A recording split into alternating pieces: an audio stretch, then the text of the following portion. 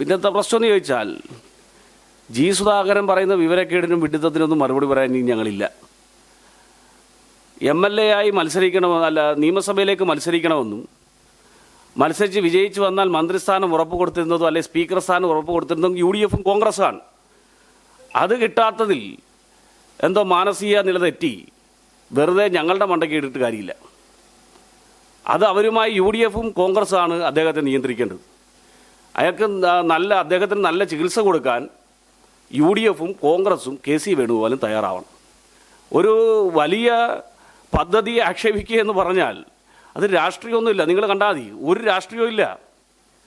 ഒരു രാഷ്ട്രീയവും ഇല്ലാത്ത എത്രയോ മനുഷ്യരാണ് പിന്തുണ നൽകുന്നത്. ഞങ്ങൾ പല ഘട്ടങ്ങളിൽ പ്രഖ്യാപിച്ചതാണ്. DYFയുടെ ഞങ്ങളുടെ ഈ സമ്മേളന കാലം ഞങ്ങളൊപ്പം പ്രവർത്തിച്ച സഖാവാണ് ജില്ലാ സെക്രട്ടറിയുടെ പ്രധാന സഖാവ് M. രജീഷിൻ്റെ പേരിലാണ് ഞങ്ങളിപ്പോൾ പ്രതിനിധി സമ്മേളന നഗർ എടുത്തിട്ടുള്ളത്. രജീഷ് വളരെ വേഗത്തിലാണ് ഞങ്ങൾ നകന്നുപോയത്. വണ്ടി ആക്സിഡൻറ്റിലാണ് മരണപ്പെട്ടത്.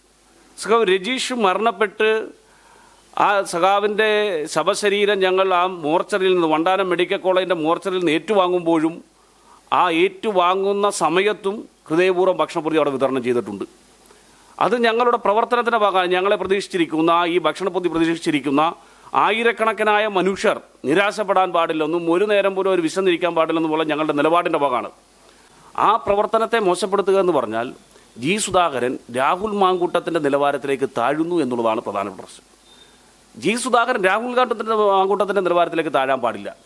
ഒരു കാര്യം കൂടെ ബോധ്യപ്പെടേണ്ടത്, ഹൃദയപൂർവ്വത്തെ അപമാനിച്ചവരും നിന്ദിച്ചവരുമെല്ലാം കേരളത്തിൻ്റെ രാഷ്ട്രീയ രംഗത്തുനിന്ന് അപ്രത്യക്ഷരായിട്ടുണ്ട്, തിരിച്ചടി ലഭ്യമായിട്ടുണ്ട്. അത് വരും കാലങ്ങളിൽ ജി സുധാകരനിൽ നിന്നും നമുക്ക് കാണാൻ വേണ്ടി കഴിയും. പക്ഷേ DYFയെ രാഷ്ട്രീയ വിദ്യാഭ്യാസം നൽകാനൊന്നും ജി സുധാകരൻ വളർന്നിട്ടില്ല.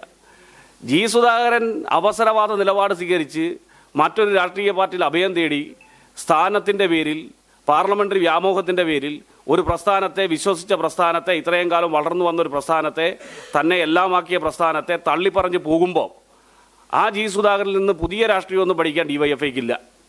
DYFഐ ഉയർത്തിപ്പിടിക്കുന്ന രാഷ്ട്രീയം സംശുദ്ധ രാഷ്ട്രീയമാണ്, പാർലമെൻ്ററി വ്യാമോഹത്തിൻ്റെ രാഷ്ട്രീയമല്ല. ആ പാർലമെൻ്ററി വ്യാമോഹിയായിട്ടുള്ള അധികാര കൊതിമൂത്ത ജി സുധാകരനിൽ നിന്ന് DYFയ്ക്ക് ഒന്നും പഠിക്കാനില്ല. DYFയെ പഠിപ്പിക്കാൻ ജി സുധാകരൻ തയ്യാറാകുകയും വേണ്ട.